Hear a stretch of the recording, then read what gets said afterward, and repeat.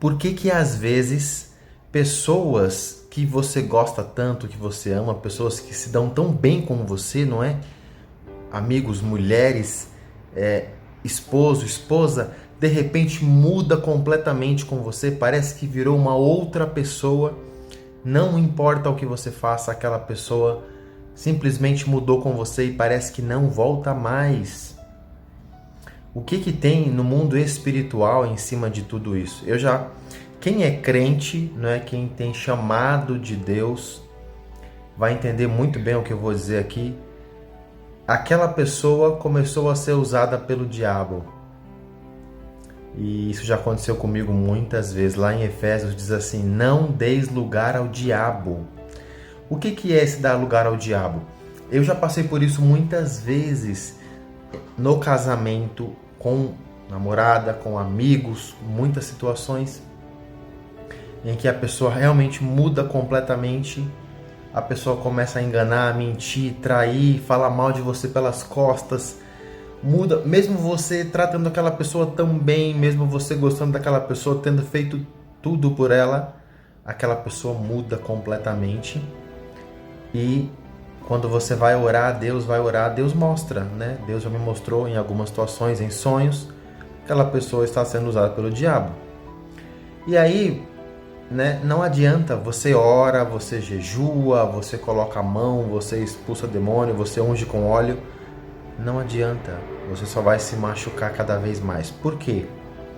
Esse sendo usado pelo diabo, não é que a pessoa ficou possessa, ela não está possessa pelo diabo.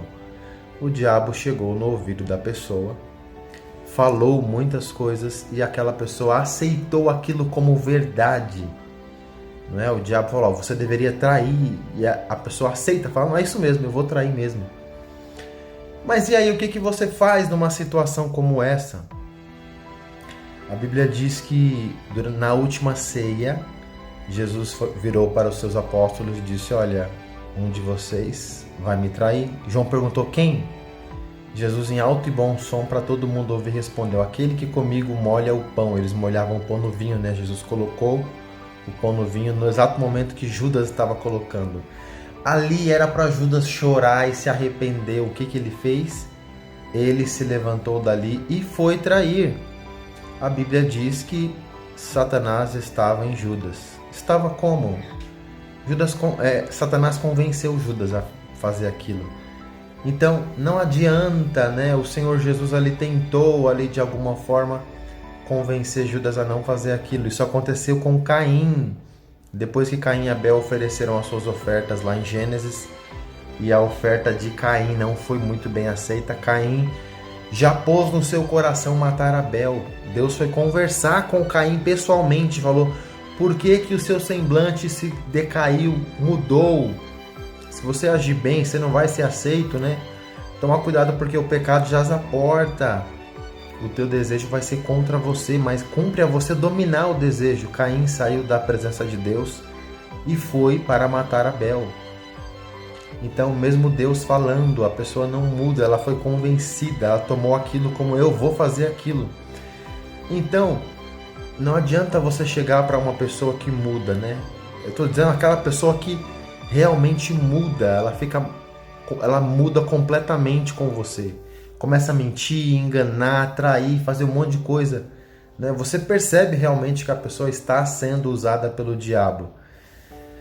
E não adianta você falar: por que você está fazendo isso comigo, né? Por que você está me traindo? A pessoa não volta atrás. Por que você está mentindo, né? Tem pessoas que vão dizer: não, eu nunca fiz isso, nunca vou fazer. A pessoa ainda continua mentindo do que ela está fazendo contra você. Como é que você reage numa situação como essa? Né? Orar não adianta, jejuar não adianta, porque a pessoa não está possessa. Ela decidiu, o diabo soprou no ouvido e ela decidiu mudar com você, decidiu fazer aquilo.